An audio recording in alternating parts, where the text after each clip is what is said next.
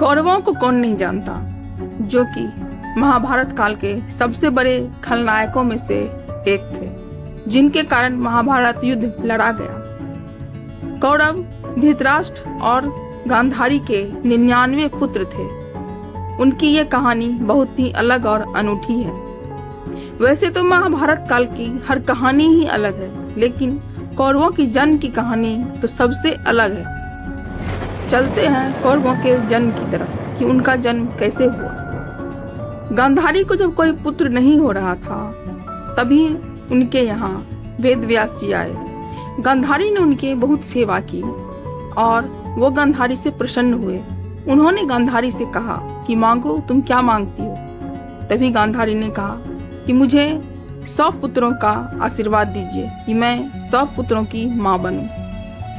वेद व्यास जी ने कहा, ठीक है, मैं तुम्हें आशीर्वाद देता हूँ, लेकिन आप संयम से काम लेना।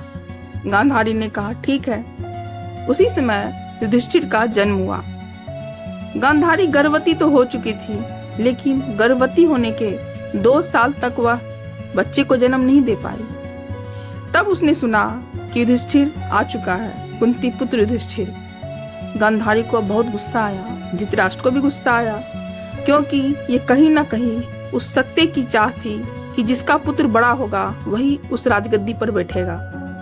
गांधारी को इतना गुस्सा आया कि उसने अपने पेट में इतना जोर का मुक्का मारा कि उनका गर्भपात हो गया। एक मांस का लोथड़ा निकला, जो कि पत्थर से भी कठोर था। इस बात का पता जब वेद व्यास जी को लगा तो वो बहुत क्रोधित हुए और गांधारी के पास आए और उन्होंने कहा, पुत्री, तुमने ये क्या किया? क्यों तुमने ऐसा किया? मैंने तुम्हें कहा था कि तुम संयम से काम लेना। लेकिन गांधारी रो रही थी और बोल रही थी, आपने तो मुझे 100 पुत्रों का आशीर्वाद दिया था कि मुझे 100 पुत्र होंगे, लेकिन ये तो मांस का लोथड़ा निकला है, अब मैं क्या करूं? तभी वेद व्यास जी ने हाथ में जल लेकर कुछ मंत्र पढ़े और उन मांस के लोथड़ों पर छिड़का, जिससे कि मांस का लोथड़ा 100 भागों में विभक्त हो गया, टूट गया। फिर वेद व्यास जी ने कहा, मैंने जो कहा था, जो वचन दिया था, वो अवश्य पूर्ण होगा। फिर वेद व्यास जी ने गांधारी से कहा कि तुम इन 100 मांस के टुकड़ों को घी के घड़े में बंद करके 2 साल तक रख दो, उसके बाद खोलना, नहीं तो अनर्थ हो जाएगा। वैसे भी अनर्थ तो हो ही चुका था। फिर गांधारी ने वही किया, 2 साल तक उनको घी के घरों में बंद रखा। फिर दुर्योधन का जन्म हुआ, जो सबसे बड़ा था। दुर्योधन ने जब जन्म लिया तो चारों दिशाओं में भयंकर तूफान, कुत्ते की भौंकने की आवाजें, मतलब कि इस तरह से अमंगलकारी घटनाएं घटने लगी कि लोग कहने लगे कि ये क्या अशुभ बातें हो रही हैं। विदुर ने कहा कि ये बालक आगे चलकर विनाशक बनेगा, विनाश का कारण बनेगा, लेकिन उनकी किसी ने नहीं सुनी।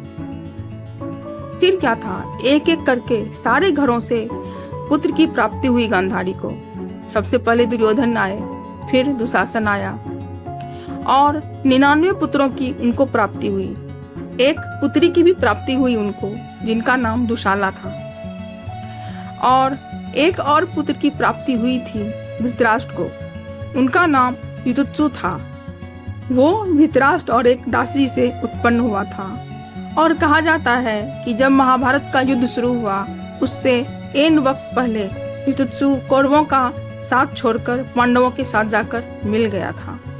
एक तरह से कह सकते हैं कि टेस्ट ट्यूब बेबी के बारे में हमें अभी पता चला है, कुछ सालों पहले, लेकिन ये तो हमारे सनातन में ऋषि मुनियों ने बहुत पहले से शुरू कर दिया था। उन्हें सब कुछ पता था।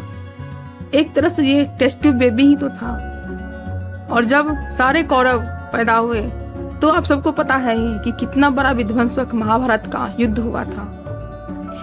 आप लोगों को कैसी लगी महाभारत के बारे में इस छोटी सी कौरवों के जन्म की कहानी?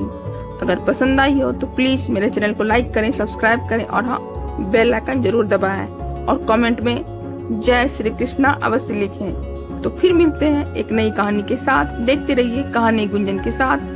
हम ऐसे ही छोटी छोटी स्टोरी आप लोगों के लिए लाते रहेंगे। तब तक के लिए जय श्री कृष्णा।